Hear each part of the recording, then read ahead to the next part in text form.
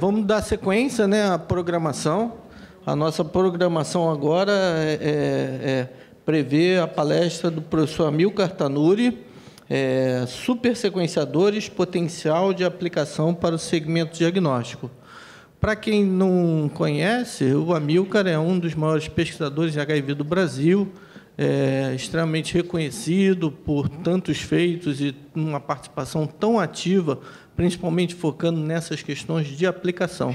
Então, é realmente um prazer e uma honra estar trazendo o professor Amilcar aqui, inicialmente do UFRJ, e, mais recentemente, estamos tendo o privilégio de contar com uma consultoria e um apoio do Amilcar em Biomanguinhos, o que é um orgulho para nós, mas, especialmente, com a vinda do Amilcar aqui, eu gostaria de pedir realmente uma salva de palmas especial, porque logo de ontem para hoje, né, nós temos aqui um novo membro titular da Academia Brasileira de Ciências, e é realmente um prazer e uma honra ter o Amilcar aqui para dar uma palestra para a gente.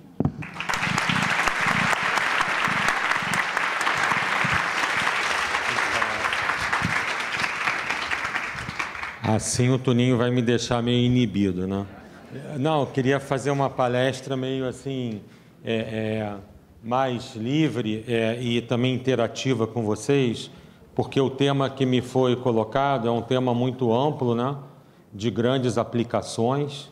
Obviamente, não dá para esgotar nesse tempo que me deram, mas eu vou tentar falar um pouco para vocês sobre quem não é iniciado nessa área de supersequenciadores ou sequenciamento de nova geração, para a gente, no final, ter uma ideia geral da coisa.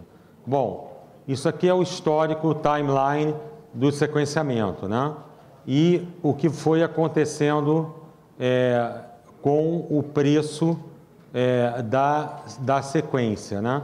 Nós começamos com Sanger, que inventou a metodologia de síntese interrompida em 77, depois os Sanger com material fluorogênico, que deu origem aos capilares sequence, que muita gente aqui trabalhou, lá no laboratório do Fundão.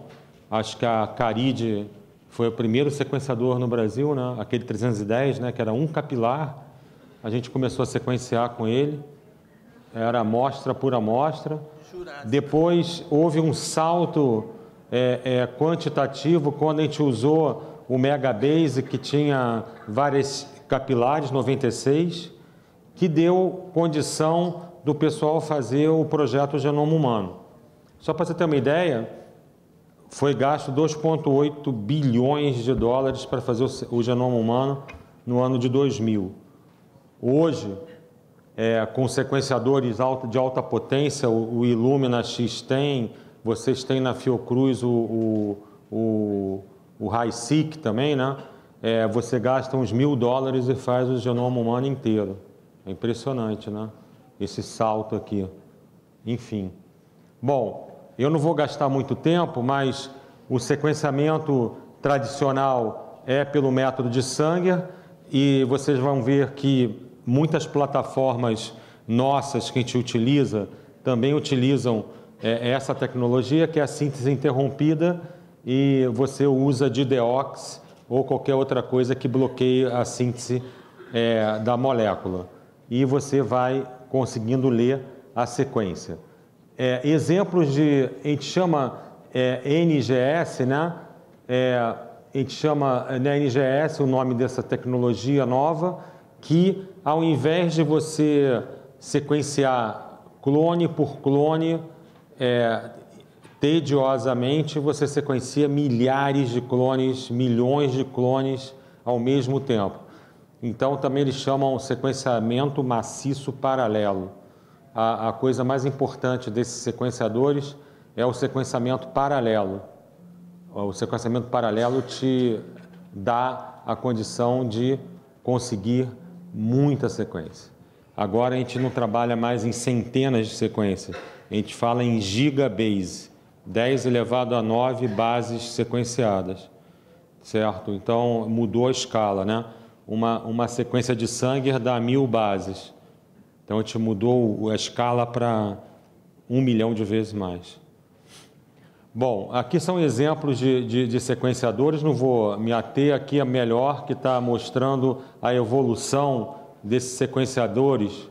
Você vê legal aqui, ó, o tamanho da leitura e a quantidade de pares de base que você consegue. Coitadinho, o Sanger aqui, ó, antigo, você sequencia 1000 pares de base, mas é uma sequência por vez.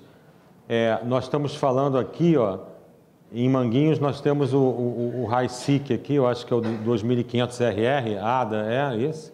Tem na plataforma lá? Bom, o HiSeq 250RR, que já pega, por exemplo, 300 mais ou menos gigabase. Tá? Com 300 gigabases você consegue quase sequenciar o genoma humano numa corrida só com redundância. Né? Depois a gente vai ver o que significa isso. Bom, enfim, aqui tem várias tecnologias. Aqui eu vou dar um exemplo de um sequenciador moderno e personal já, né? Você pode ter no seu laboratório. Por exemplo, lá no fundão nós temos esse sequenciador, porque a gente desenvolveu com esse sequenciador um método de genotipagem para HIV, de resistência a drogas. Ele é muito bom, você consegue rodar até 32 sequências cada vez, sequencia um número de pares de base bom, o preço da máquina geralmente sempre são os preços são meio medonhos, né? Mas o mais importante é quanto custa uma corrida dela, né? E demora muito pouco, de 2 a 7 horas. É uma máquina muito versátil. O único problema nesses sequenciamentos são homopolímeros, né? Porque os homopolímeros, se você tem A ou G, a máquina pode fazer sei lá, ela gagueja no meio e te dá, de vez de 5 Gs, 4. Mas tudo isso a bioinformática corrige, né? Depois nós vamos falar sobre isso, que não adianta nada essas máquinas sem computadores para analisar, tá? Até pela quantidade de dados que ela joga para fora. Então, é uma coisa realmente, basicamente, que não dá mais para você trabalhar sem uma boa bioinformática com essas máquinas. Senão é perda de tempo, né? Bom, só para dar um exemplo, a variação mudou muito, né? E essa empresa, Pacific Bioscience, lançou um sequenciador há muito tempo atrás já, agora já ficou meio velho isso aí, que também fazia reads grandes, que isso que é interessante. A máquina é estupidamente cara, mas ela consegue jogar 50 mil reads desse tamanho, você consegue montar genomas de mamíferos, você consegue ainda, talvez para o genoma humano você precise correr algumas vezes, né? Bom, mas o sequenciador mais vendido no mundo hoje é esse bichinho aqui, ó, Illumina MiSeq. O Illumina MiSeq usa uma tecnologia que eu queria discutir com vocês, que vocês vão ver qual que é a base geral do sequenciamento NGS. É bem interessante esse aparelho, ele tem uma acurácia muito boa no call dele, né? Ele custa relativamente caro, mas a corrida é barata, $800. Você faz 150 ciclos, depois vocês vão entender o que é isso. Vocês podem ter com 150 ciclos, 150 pares de base sequenciado de cada fragmento que você vai clonar. Bom, vamos lá. Como é que funciona esse brinquedinho aí? Bom, a primeira coisa que ele funciona são 2 etapas interessantes. Você tem que quebrar seu DNA. Ah, mas eu quero sequenciar RNA. Não importa. Pega o RNA, põe ele em DNA dupla fita, certo? Você tem o seu DNA inicial. Primeira etapa, você tem que clivar ele num tamanho que a máquina sua dê conta de sequenciar, tá certo? Por exemplo, o MiSeq, 150 pares de base, você põe um pouco mais. Depois, o cerne do sequenciamento é esse aqui. Você tem 2 adaptadores. E eu vou ligar esses adaptadores na ponta desse DNA. Aí você vai falar, ah, mas pode ter DNA que tenham 2 adaptadores iguais. Não interessa, que esse aí vai embora. Você vai selecionar os que têm o quê? 2 adaptadores separados. Aí você vai falar, mas isso aí é muito ineficiente. Não, porque você vai para essa etapa aqui, que é uma plaquinha de nanotecnologia, onde você vai fazer o seu cluster PCR. Aqui está a alma do sequenciamento. Por quê? Os pedaços de DNA vão entrando aqui nesses primers, hibridizam com o adaptador e você faz um PCR em ponte, né? Você vai dobrar ele aqui, ele hibridiza com esse primer do lado dele, você faz o seu DNA complementar, depois desnatura esse DNA, ele vai pular para outro lado, então de vez de 1 você vai ter 2, 4, 8, 16, de sorte que quando você terminar seus PCRs, você tem o quê, hein? Vários clusters que tecnicamente cada cluster tem uma molécula só de DNA amplificada, tá certo? Então o sequenciamento é muito fácil. Aí vocês podem perguntar, mas se o cluster contaminar com 2 DNAs, aí é um problema para a bioinformática, porque na hora que você for sequenciar vai começar a aparecer maior bagunça lá no sequenciamento naquele ponto, o computador elimina aquele ponto, você vai para outro. Então vocês têm que pensar que é uma questão randômica, né? Isso aí acontece milhões de vezes na plaquinha, você vai aproveitar 80%, se você carregar demais seu DNA inicial, você se dá mal. Se você carregar de menos, você vai se dar mal também. Você vai gastar a plaquinha à toa. No final, você tem a síntese de uma fita de cada cluster. Mas vocês têm que lembrar que todo sequenciamento, por isso que a vantagem dessa máquina é redundante, né?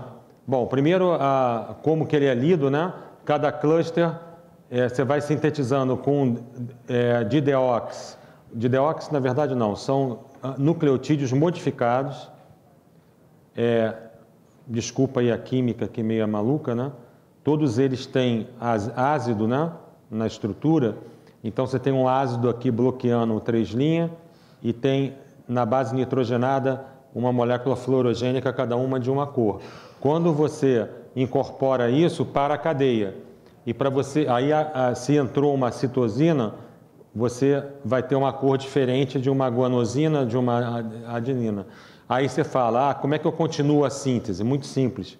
Trata com pH alto, isso aqui é hidrolisado, e aí você tem a chance de incorporar outro nucleotídeo naquela posição à frente.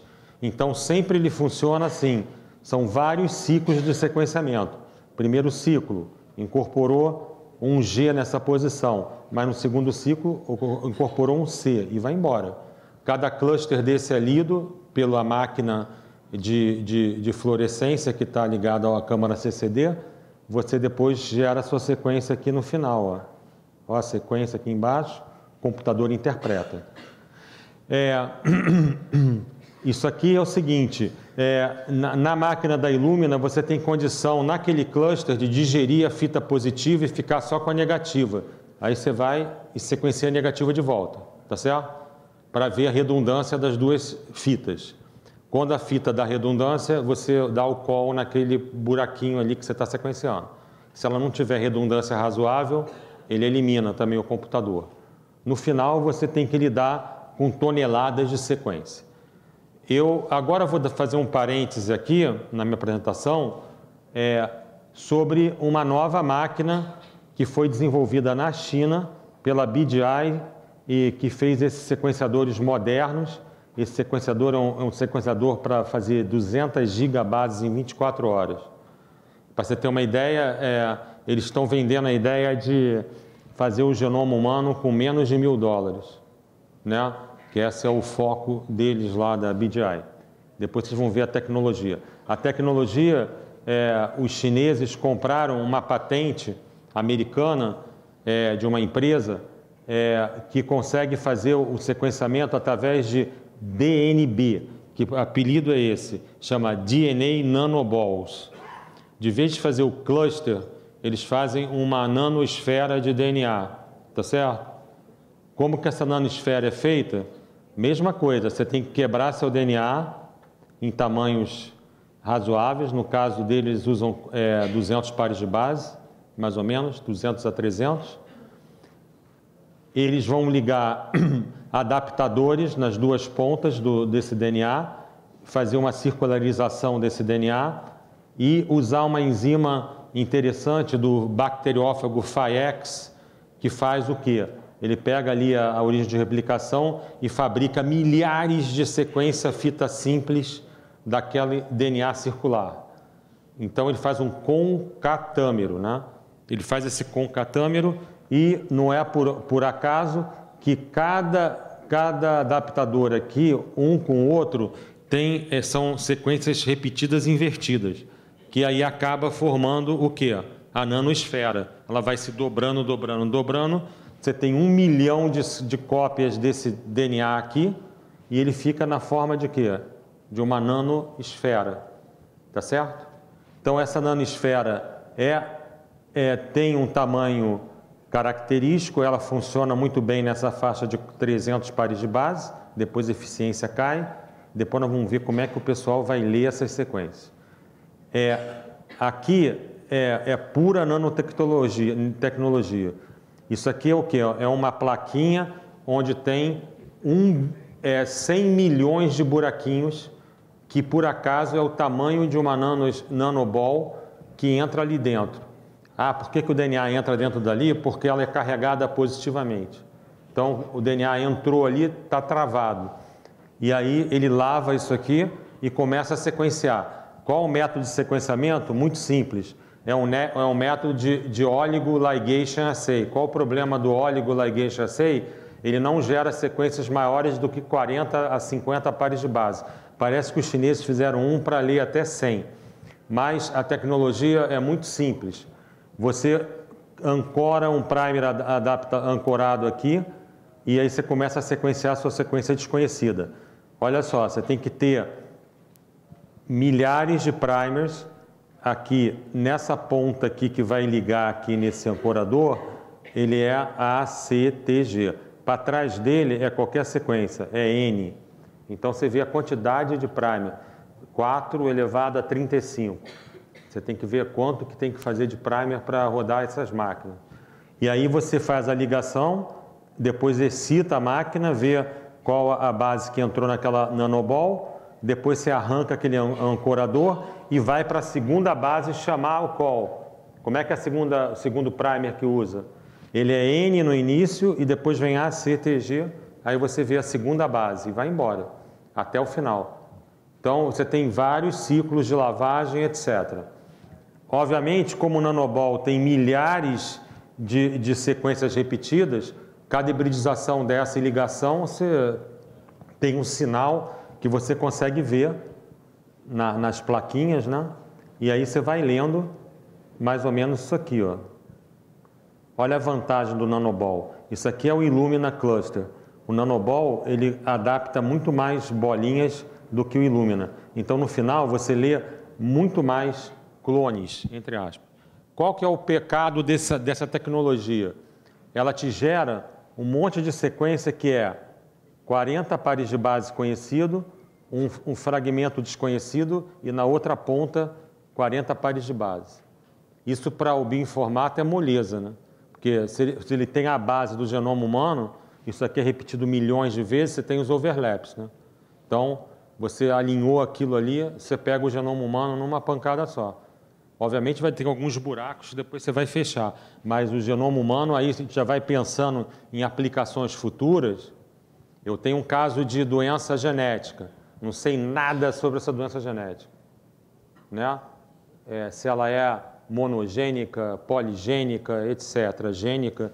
Você pega aí o DNA dessa criança e, se quiser, pega da mãe e do pai e roda um negócio desse, você vai ter a história inteirinha dela, né?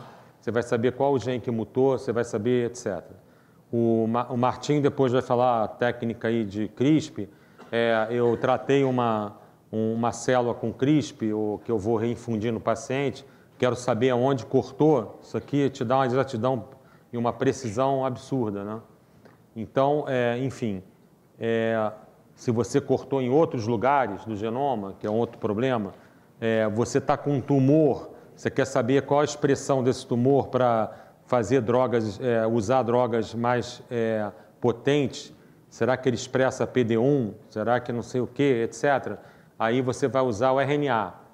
Também, eu vou falar aqui, mas as aplicações são infinitas, né? Doenças infecciosas. Eu acabei de falar lá no laboratório, nós criamos uma metodologia para genotipagem de HIV com ION. Qual é a vantagem? De vez de eu sequenciar amostra por amostra, eu sequencio 32. Mas se eu uso um BDI, eu posso sequenciar 385 amostras. Ou 500, se eu quiser, ou 1.000, depende da quantidade de barcoding que você usa. Então, isso aí gera uma quantidade de aplicações na virologia muito grande.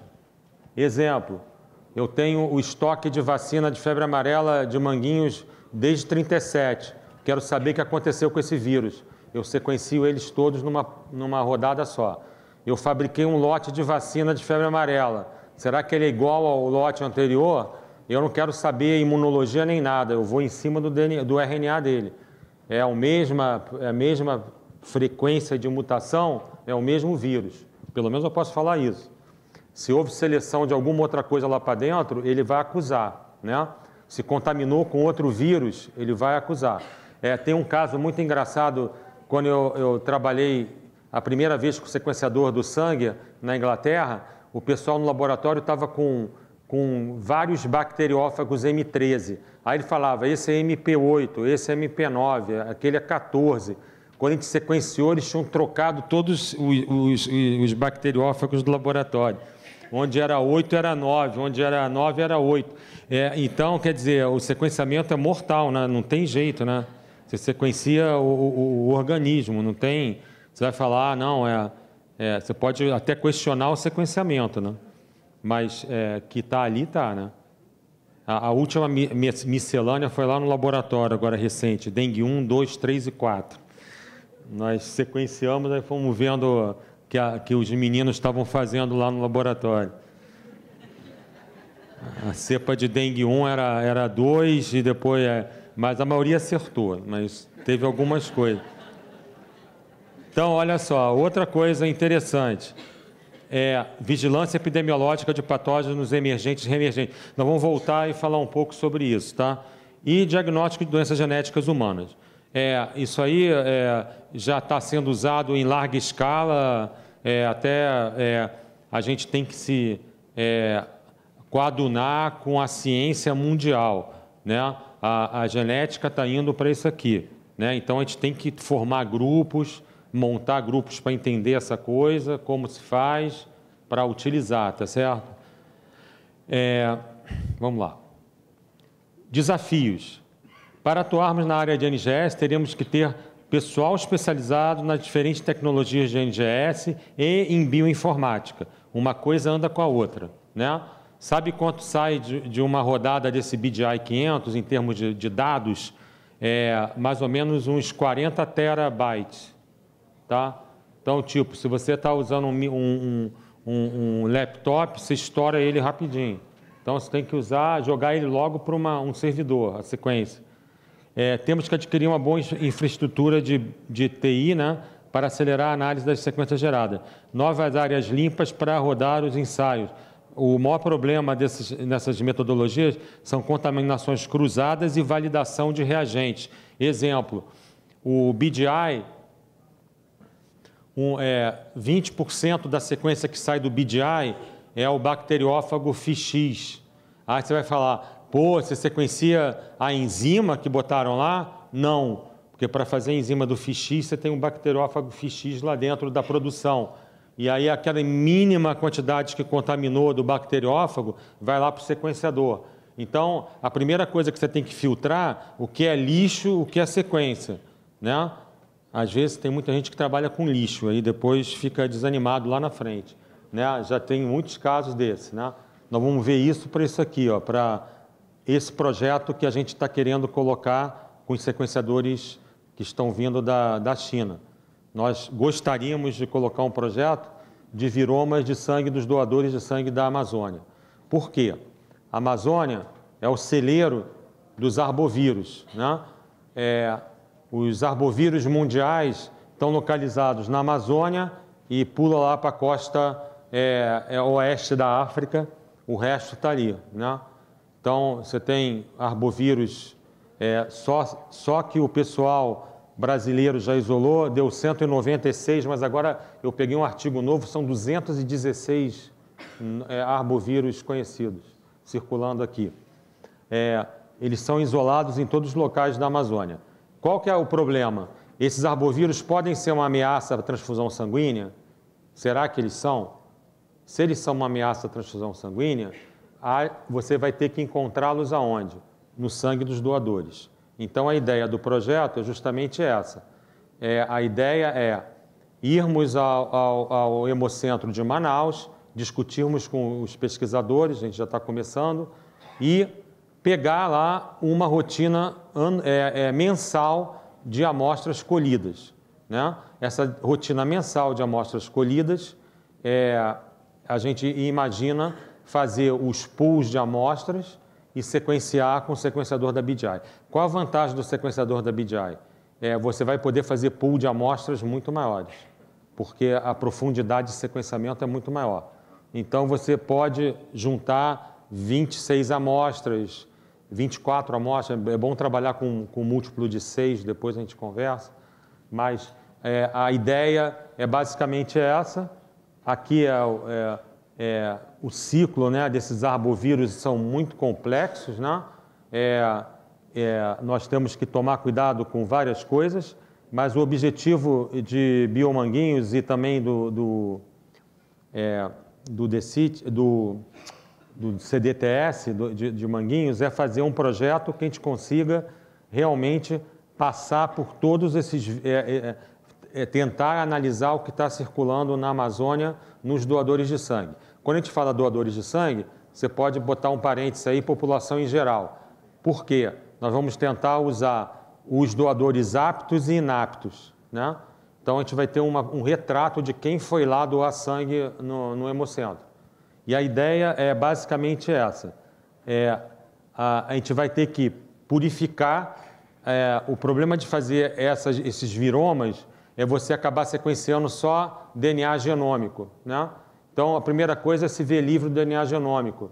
Como? Vamos filtrar em filtro de 0,45 micras, depois vamos digerir o material com DNase e RNase, depois extrai o material protegido, que deve ser o vírus-like particles, que tenham os vírus. E daí sequenciar, fazer o cDNA, rDNA fita dupla e sequenciar na metodologia do BGI.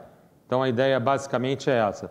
A gente tem que avaliar se vai conseguir ter uma profundidade das sequências. O que nós esperamos encontrar?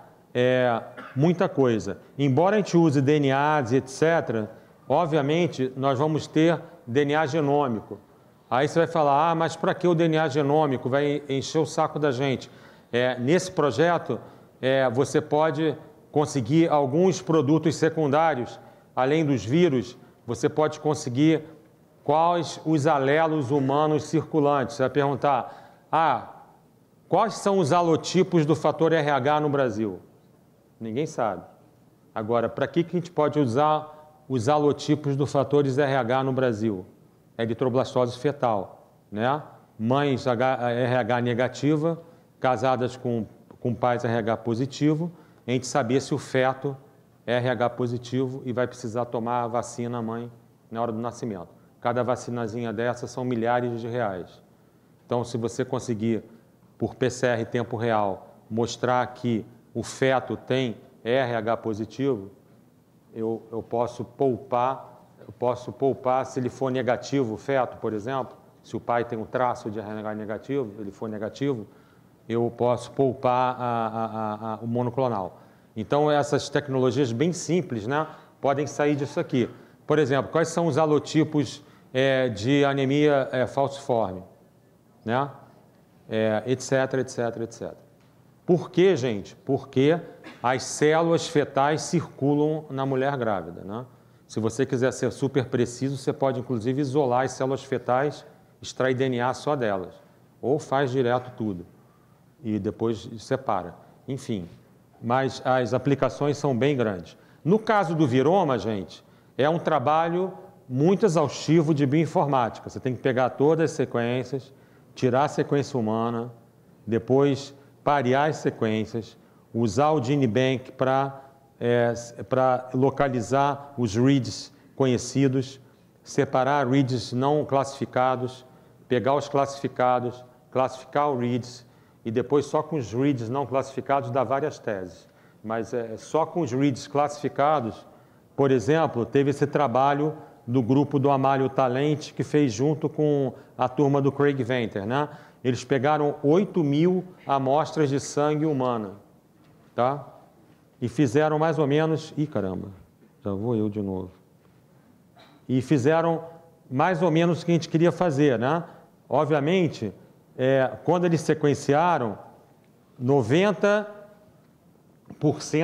era genoma humano. Porém, os 10% que sobraram, que eles estavam sequenciando numa faixa de gigabase, deu esses viromas de herpes vírus, outros vírus, viroides, fagos. Então, olha só, que apareceu lá no trabalho deles. Ó. Obviamente, herpes 7, com alta frequência, herpes 4, CMV, foi embora, né?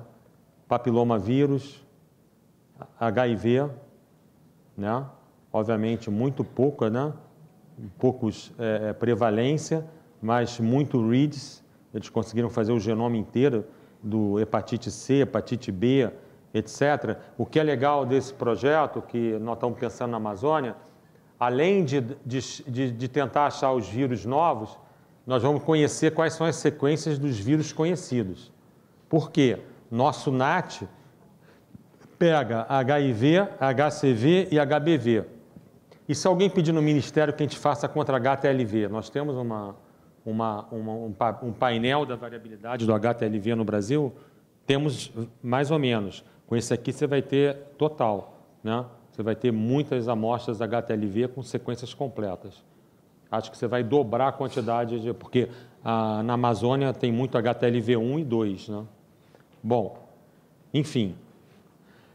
Mais exemplos para dizer, por exemplo, um grupo francês fez o mesmo trabalho que a gente está pensando na Amazônia e achou em Marseille vários vírus no sangue dos pacientes, dos doadores de sangue, inclusive em 2,5% dos doadores, um vírus gigante da família dos Giant Virus, o Marseille vírus, que é um vírus de 354 quilobases. Você vai perguntar, qual é o parentesco dele? Tá, esses Giant Virus estão em estão em insetos, estão em mamíferos, etc. Aí você vai falar, é um vírus comensal. Aí começa o trabalho. Obviamente, esse trabalho não vai fechar nada, ele vai abrir portas. Por exemplo, o grupo de Marseille foi descobrir que esse vírus estava associado à diarreia humana, estava associado à linfoadenomegalia, então não é um vírus inócuo, tá certo? Você perguntar qual a doença que ele causa, obviamente esses trabalhos de viroma vai batizar um monte de vírus solteiro, né? Que tem que procurar depois uma doença. Mas, de qualquer maneira, eu acho que abre muitas portas e também muitos questionamentos. Por exemplo, na Amazônia, a gente vai poder responder, o Oropoxa é uma ameaça à doação de sangue? Se ele for uma ameaça à doação de sangue, ele vai aparecer no grupo que foi selecionado para doar sangue. Se ele não for, ele vai aparecer no grupo que foi rejeitado, tá?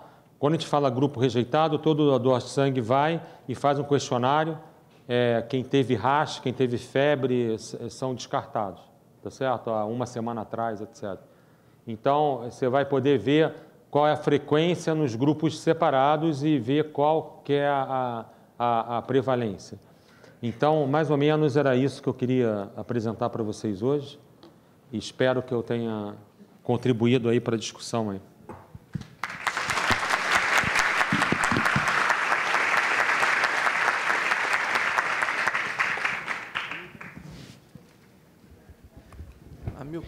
favor. Agradecer bastante aí a apresentação do professor Amilcar, foi realmente muito estimulante e abre, de fato, perspectivas muito concretas aí para que a gente possa, só inicialmente, né, mas à medida que a gente juntar e ter novas ideias, vai ser muito legal. É uma tecnologia em que a gente não pode ficar fora, a gente tem realmente, poxa, que investir e atuar de uma forma mais inteligente, racional, aproveitando esse potencial enorme, imenso, giga. Bom, então a gente agora abre, a gente tem alguns momentos agora de conversa, curiosidades, sugestões e colocações, interações da plateia. Vamos lá, acho que inicialmente o Paulo já quer fazer uma colocação e a gente tem aqui 20 minutos para conversar. Obrigado. Amilcar, pelo que eu entendi, você vai ter um BDI? Hã? Você vai ter um BDI? Então, eu poderia deixar para o Tuninho explicar. Tem alguém do CDTS aí para falar? A Fiocruz... Então, o Marcos está aqui também, tá? O Marcos está... Bom, eu acho que é importante que a gente coloque, existe uma iniciativa, de fato, da Fiocruz, de uma parceria com a BDI e a incorporação dos equipamentos de nova geração, os mais atualizados, para ser colocado no âmbito da Fiocruz. Bill Manguinho está conversando e participando dessa iniciativa, e à medida que a gente reúna as condições, nós gostaríamos, de fato, de estar se apropriando dessas plataformas, desses equipamentos, os mais atualizados, para que a gente pudesse estar trabalhando. Então, numa fase ainda de discussão, mas é muito concreta e é possível que a gente tenha disponível, sim, em pouquíssimo tempo, para que a gente possa estar atuando. Eu só queria fazer um comentário, viu, Amilcar? Porque eu achei que você deu um panorama muito interessante das tecnologias de supersequenciamento, né?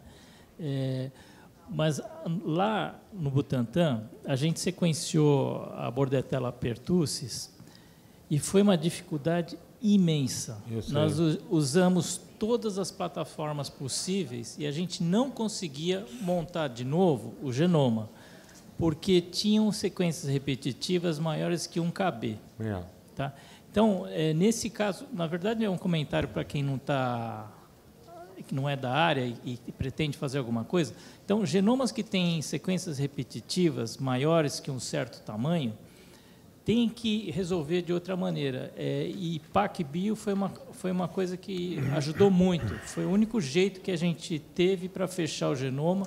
Eu acho que talvez a da Nanopore também funcione bem, mas para a gente foi a PacBio que funcionou para fechar esses genomas. Muito bom, Paulo. Essa plataforma da BDI, por exemplo, ela não se presta a sequenciamento de novo de genoma. Você vê que ela, pelo tamanho que ela faz, né, ela se dá muito bem para genomas até desconhecidos, para você localizar o genoma. Eventualmente você vai montar o genoma viral, porque não tem muita sequência repetitiva, mas para eucariotos, eu esqueci de comentar uma tecnologia dessas plataformas, inclusive humana, sequenciar o exoma, né? De vez de você ficar sequenciando o genoma inteiro, você sequencia o exoma e joga para fora os introns e só faz os exomas, e aí você tem uma capacidade de definição. Por exemplo, se você vai trabalhar com doença genética, vai no exoma, sequencia. Então, você botou uma coisa muito importante. Se eu tenho um micro-organismo desconhecido e quero gerar o genoma inteiro, né? Obviamente, sua Bordetella, se estivesse numa amostra, eu identificaria ela plenamente com qualquer pedaço de genoma dela, né? Com um TIG eu conseguiria falar, isso é Bordetella. Tem um read aí de Bordetella. Mas se eu quero falar, não, vou montar o genoma da Bordetella com uma metagenômica, aí você está já extrapolando. Por exemplo, quer ver? nós sequenciamos o MySeq e deu uns reads muito bons a sequenciamento do líquido amniótico da mãe com a criança com microcefalia. A gente conseguiu montar o genoma da Zika só numa das mulheres grávidas que estava infectada, que a gente sabia, né? A criança estava com microcefalia e tudo. A gente montou o genoma com uma profundidade só de 100 vezes, para você ter uma ideia. Não é fácil. E a outra mulher, a gente montou 3.000 pares de base do genoma da Zika. Não conseguiu fechar a outra, né? Mas também não quer dizer que não era Zika, era Zika. Então, quer dizer, para o viroma, o gol nosso não é genoma completo, assim, né? A gente se satisfaz com o hit, né, da sequência que não tenha dúvida, né? Ainda tem essa pergunta, né? Qual o mínimo de sequência para classificar um vírus, né?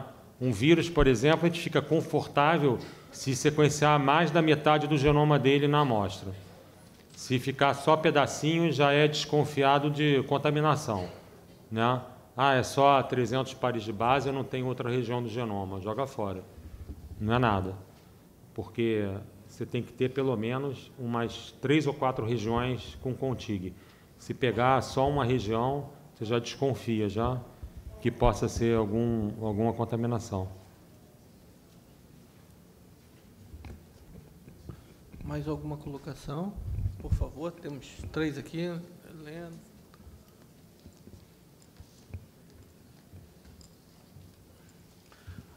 Poderia falar o nome e de onde vem, por favor? Bom dia, doutora Amilcar. Meu nome é Bárbara, eu sou do Laboratório de Hepatites Virais do IAC. Eu fiquei muito curiosa com relação à aplicabilidade futura desses novos sequenciadores para triagem em bancos de sangue.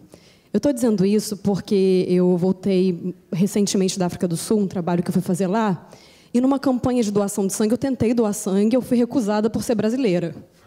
Sim, justamente pela situação das arboviroses, enfim. Então, claro que as restrições são ainda muito grandes com relação a preço e ao processo de purificação, que é realmente muito laborioso. Mas como é que o senhor vê para um futuro a médio e longo prazo, a aplicabilidade disso para a triagem sanguínea, para a avaliação do doador de sangue? É uma boa pergunta, né? A metodologia tem que evoluir muito ainda, né? Você vê que as aplicações que a gente colocou ali são aplicações onde você visa números menores de indivíduos, né? O banco de sangue é uma situação extrema, né? São milhares de amostras, né? Mas a gente não pode descartar que essa tecnologia no futuro barateie e seja segura para você carregar, por exemplo, 300 doadores de uma vez só. Exato. Aí, por exemplo, se for tudo robotizado, a preparação de amostra, etc., né? Alguns sequenciadores desse têm preparação de amostra robotizada, outras são manuais, né? Parece que o BGI vai fazer uma plataforma robotizada para preparar a amostra, mas não tem ainda. Então, na verdade, essa metodologia, para esse uso de diagnóstico em larga escala, vai demorar um pouco. Mas, por exemplo, para câncer, um tumor, para saber qual a expressão desse tumor, se ele é sensível a Taxol, se ele vai responder a anti-PD1, isso acho que é viável, né? Agora, coisas de larga escala, larguíssima escala, vamos ficar com os NATs um tempo ainda. Não, mas olha só, as tecnologias são aditivas. Alguém parou de fazer sorologia em banco de sangue? Não, não. É aditiva a coisa, né? Você vai botando mais uma coisa, mais outra coisa, mais outra coisa. No final, enfim. Ok. Bom dia, eu sou Teca Galvão, do Laboratório de Genômica Funcional e Bioinformática do IAC. E eu queria fazer 2 perguntas sobre você mencionou o desenvolvimento de um kit de diagnóstico de mutações de resistência em HIV. Como eu não conheço o trabalho, eu vou fazer 2 perguntas, não sei se são meio óbvias, mas uma é qual é a vantagem de usar sequenciamento de NGS para fazer isso, porque genoma viral, e normalmente eu imagino que as mutações devem ser, digamos que, um espaço de sequência pequeno que o Sanger poderia cobrir. E a outra pergunta é sobre as mutações em si, que se vocês têm aprendido coisas novas sobre as mutações que têm sido identificadas, porque é um trabalho de diagnóstico, mas cientificamente podem ter coisas muito interessantes aparecendo. O Ministério da Saúde, o Departamento de ST/AIDS, atualmente usa a metodologia de genotipagem de HIV e de HCV. No caso do HCV é genótipo, no caso do HIV é resistência, ainda é o Sanger. Mas já está todo mundo discutindo ir para o NGS. Por quê? É a questão da profundidade do sequenciamento. Então, por exemplo, eu quero saber se o paciente tem mais do que 5% das sequências dele mutada. E se ele tiver 5%, já é uma luz amarela dizendo que o vírus resistente está sendo selecionado. Se no próximo sequenciamento ele tiver com 25, 30, aí eu tenho que preocupar de trocar a medicação. Por quê?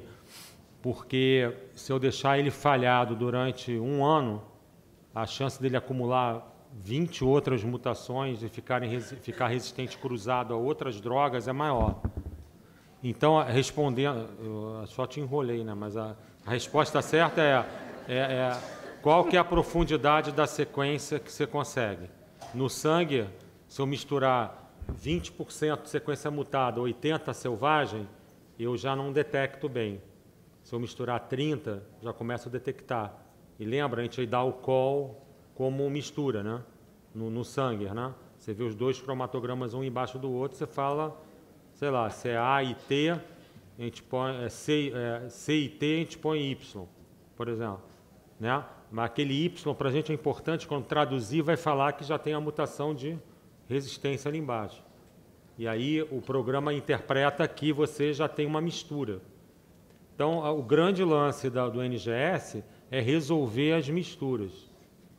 Por exemplo, a gente está com um trabalho lá do Gafre que mostra exatamente isso. Os pacientes indetectáveis, com a carga viral indetectável.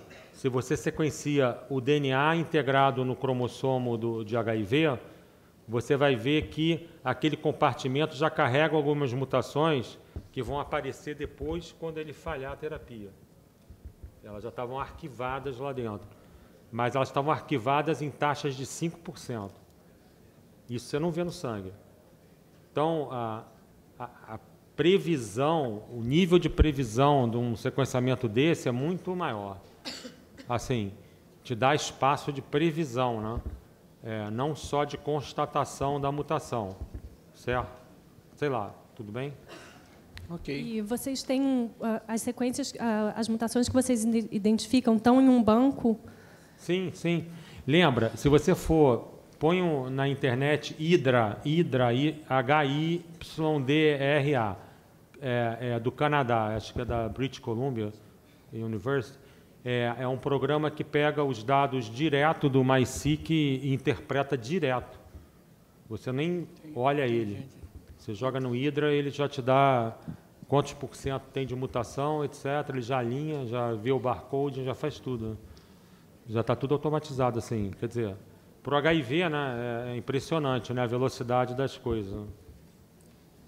Você não precisa pegar o Genius, fazer e analisar. E você teria como fazer isso tudo separadamente, mas já tem um programa que integra. Vamos avançar, Helena, por favor. Amilcar, parabéns pelo prêmio, pela nomeação, primeiro. Obrigada pela palestra. E eu parei lá na época do Sanger, quando a gente trabalhava com o ABI lá no laboratório. E eu fiquei curiosa com o seguinte, você falou que essa tecnologia poderia ser aplicada à identificação de, por exemplo, RH negativo no feto. Qual é a viabilidade econômica disso? Ainda é viável já? Ainda é uma tecnologia cara? Os reagentes, eles têm uma validade curta, porque isso é uma coisa que impacta muito na aplicabilidade disso como um serviço. E a outra curiosidade que eu tenho em relação ao projeto com os arboviroses. qual a sensibilidade desse sistema? Porque assim, eu fico pensando, será que a gente só vai pegar herpes vírus, que é o que está mais prevalente ali, provavelmente, no banco de sangue? Boas perguntas. Olha só, a primeira é a viabilidade de usar, obviamente, essa técnica para fazer o RH das crianças, eu acho que é desnecessária para uma marcação. Se você quisesse trabalhar com várias marcações genéticas na criança, aí ela ganharia. Mas, por exemplo, o RH, um PCR em tempo real, sabendo os alelos de RH positivo que circulam no Brasil, é só fazer, acho que são 4 ou 5 no mundo inteiro. Não sei se o Brasil tem alelos novos, mas, no caso, esse projeto aí só iria confirmar quais são os alelos prevalentes, porque não adianta botar nenhum alelo que não existe. Então, a gente colocaria num PCR em tempo real e ia ver. Agora, pode ter perguntas mais profundas. Por exemplo, você quer analisar vários genes, né, do feto de uma vez só, se o feto não tem um desenvolvimento razoável pelo ultrassom, aí teria que pegar o sangue da gestante, purificar as células fetais com monoclonal e sequenciar só as células. Aí, realmente, o NGS é mais... Quanto mais alvos você quiser, o NGS pega melhor, ou um SNP, né? Mas isso seria um mega SNP, né? Você vê o BGI, vai te dar todos os SNPs do indivíduo, vai... o chip da Illumina, que seria humano de 1 milhão de SNPs, você pega também nele aí muito mais, né? Não pega só os SNPs, né? Pega outras coisas. Um amigo meu, não sei se o Sérgio Pena, não. O Sérgio Pena vai dar uma palestra aqui no Rio amanhã, falando sobre isso. Ele pegou um caso de doença genética desconhecida. Ele pegou, sequenciou o genoma, o exoma, e descobriu um novo alelo de um gene que já estava descrito de uma doença genética de acúmulo aí, acho que de lipossoma, e viu que era outro alelo, mas o fenótipo era parecido, mas eles nem identificaram. Agora, voltando... E o custo? O custo, o custo hoje ainda é um impeditivo, né? Que coloca esses trabalhos ainda no frame de vigilância epidemiológica, etc., etc., etc. Então, enfim, eu esqueci a última pergunta sua. A outra em relação ao projeto de arboviroses. Qual é a sensibilidade da metodologia?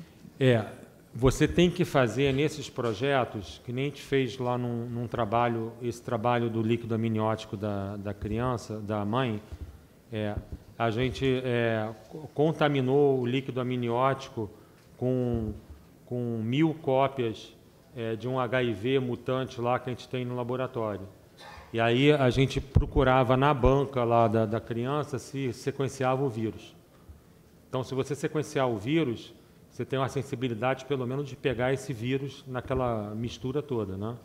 No caso aí do arbovírus, a gente vai colocar alguma coisa, talvez o bacteriófago MS2. O bacteriófago MS2 é bom porque ele é envelopado, igual um vírus, você contamina a amostra com, sei lá, 1000 cópias. Você pode ainda fazer 100 cópias. A gente tem que fazer os estudos antes, né? Para ver qual a sensibilidade mínima do teste. Aí, igual a gente faz um teste normal de biologia molecular. Se a gente reconstituir o MS2 na maioria das amostras, a gente fica satisfeito. Se não reconstituir, aquela amostra não validou, né? Mas você pode fazer isso. Professor Sotides, professor... Obrigado, Amilcar. A colaboração, a longa colaboração que nós temos com você, né? O nosso NAT já tem o fingerprint do Amilcar também lá presente. Portanto, nossa relação já há muito tempo e vem se solidificando muito. E, certamente, a sua apresentação, a apresentação de ontem também, do Augusto Gadelha, diretor do LNCC, mostra que esse é o caminho que nós temos que estar envolvidos e rapidamente.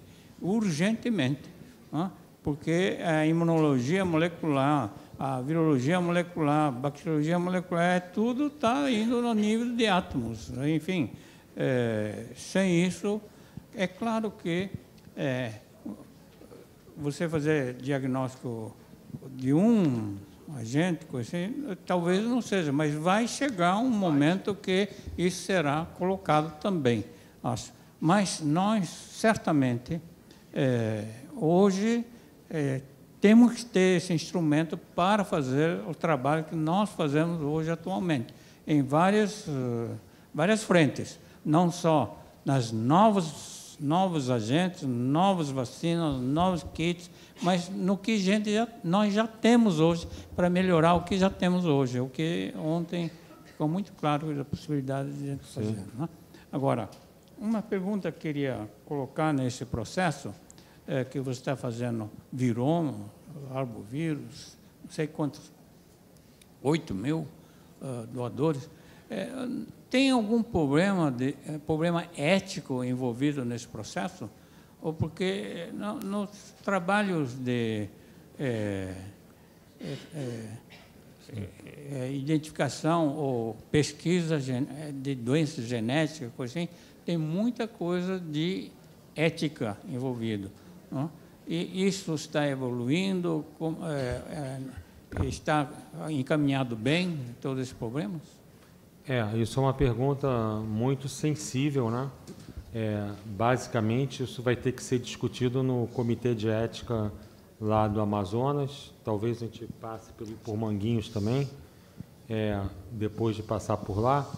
Mas, doutora Kira, eu acho que você procurar novos vírus, eu acho que no Comitê de Ética a gente tem que falar o seguinte, que se nós acharmos, vai ser sempre a posteriori, porque não há condição de parar a doação de sangue o tempo que vai demorar para sequenciar isso.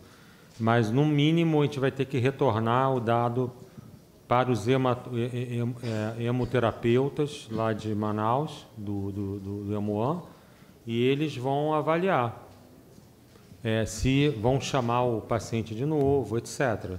Eu acho que para o Comitê de Ética tem que deixar claro isso. E se a gente... o interessante de usar o Hemoan é o seguinte: para algumas amostras, que nem a Helena falou, já é um controle interno falar o seguinte: ela deu NAT positivo para HIV, eu achar o genoma do HIV lá dentro. Já é um autocontrole pesado já. Então, a gente vai tentar pedir ao Comitê de Ética que a gente linke as amostras. Quer dizer, o pool número 140, se for HBV positivo, a gente tem esse dado. A gente tem que achar qual é o HBV que está lá dentro. Então, mas eu entendi a sua pergunta. Se eu achar um novo arbovírus lá dentro, ou achar que o Oropost está em mais amostras que deviam, sei lá, muitas amostras assintomáticas, aí acho que a gente tem que discutir internamente, aí é uma questão ética importante. Professor Sotiris. Bom dia, Amílcar. Obrigado pela palestra. Eu espero que o projeto vá para frente e a gente tenha um sequenciador aqui. Eu tenho duas perguntas. Uma é no workshop que a gente tinha para medicinas personalizadas, o Gilton Vasconcelos apresentou um pouco as terapias genéticas, as doenças genéticas que eles têm, e ele estava falando que ele analisa para mutações conhecidas para essas doenças baseado em dados clínicos. Se a criança apresenta uns sintomas, ele analisa para as mutações específicas. Mas que tem centros na Europa, por exemplo, que eles fazem um sequenciamento inteiro. E depois tenta relacionar. A gente poderia fazer uma dessas modalidades e, se a gente fizesse o sequenciamento inteiro, tem como identificar, fora das mutações conhecidas, se a gente acha, considerando os polimorfismos e todo o resto, tem como identificar outras doenças genéticas ou a gente só vai procurar realmente o conhecido? O Zilton pode falar, mas tem uns softwares novos que te dão a frequência de non-synonymous mutation e indels. E isso aí você pode ir em cima, mas você tem razão. Mas isso aí tem vários programas novos saindo aí, né? Tem um que até o Sérgio Pena fez lá com o pessoal deles lá, que chama Dr. Mendel, que tenta ver exatamente essa questão sua. É uma nova mutação, é uma mutação conhecida, isso é fácil. Agora, as novas mutações, você tem que interpretar com dados estruturais. Exatamente. A está no sítio ativo da enzima, está numa região de splicing, está numa... Entendeu? Mas eu entendo você, não é fácil. Tá? Você pegar uma criança com defeito ou com uma doença genética, joga lá o computador, vai te dar 1.500 diferenças em relação a 10 mil diferenças. Como é que você vai interpretar isso? Às vezes você ter muito dado, o Zilton pode falar, às vezes o muito dado é também ruim, né? Não, como curiosidade, só para a gente começar a pensar no problema, que é o problema analítico posterior, se você não sabe para onde você está olhando, né? Então, a gente teve sequenciamento, por exemplo, de casos de Zika, de exoma, e para cada paciente a gente tem 50 mil variantes. Quais delas são relevantes? Quais delas a gente vai ter atenção e como é que a gente vai selecionar as variantes que realmente têm alguma importância, né? Então, esse é um desafio, tem alguns preditores, a gente tem, hoje em dia, uma parte de bioinformática forte trabalhando pesado nessas questões, mas eu acho que todo mundo trabalhando, e a iniciativa Fiocruz, de Biomanguinhos, de pensar, colocar um equipamento desse tipo e dessa escala para dentro, vai só acelerar o processo de geração de conhecimento, indiscutivelmente. Mas é um desafio, um desafio. O que o Zilton falou, o dado não muda, né? O dado está ali. Quer dizer, se você sequenciou o exoma, você tem um número de clones sequenciados suficiente para falar que você rodou o exoma 20, 30, 40, 50 vezes, o dado está ali, né? Aí vai ter 1000 interpretações. A minha outra pergunta era, eu vi que está aberto agora um programa nos Estados Unidos para prevenção, para prever novas epidemias. Você acha que esse tipo de sequenciamento de viromas em pacientes poderia dar uma indicação qual seria a próxima epidemia? Tem um artigo muito bom, Sotiris, sobre influenza, né? A influenza, hoje, as vacinas para a próxima epidemia são todas definidas pela Europa, o CDC, né? Pelos vírus circulantes. Obviamente, se a gente tiver um grupo de molecular só de definição dos influenzas que estão circulando no mundo inteiro, talvez essa vacina saia a definição da melhor composição muito melhor do que está sendo hoje. Para os conhecidos, eu concordo. Agora, é difícil. Quem que preveria o aparecimento do Zika em escala mundial? Boa pergunta, né? Está igual o Garrincha, né? Tem que combinar com os russos, né? Você vai lá, olha um vírus e fala, isso aí vai ser uma epidemia mundial, uma pandemia. Como que a gente ia prever em 2007, com a epidemia lá da Polinésia, que aquilo ia generalizar? Acho que ainda pior. Antes de 2007, como é que você ia saber que o Zika ia ser o problema? Porque o Zika era mais ou menos uma coisa de museu, né? Assim, na virologia, tinha isolamentos fortuitos, mas de qualquer maneira a vigilância é a alma do negócio, né? Se começar a sequenciar muita gente em lugares diferentes da Terra e começar a achar um tipo Marceli vírus desse aí todo mundo tem que se preocupar, né? Nós estamos, assim, muito em cima da hora, mas a doutora Postes queria fazer uma última intervenção. Está super em cima da hora. Não, doutora? Sim.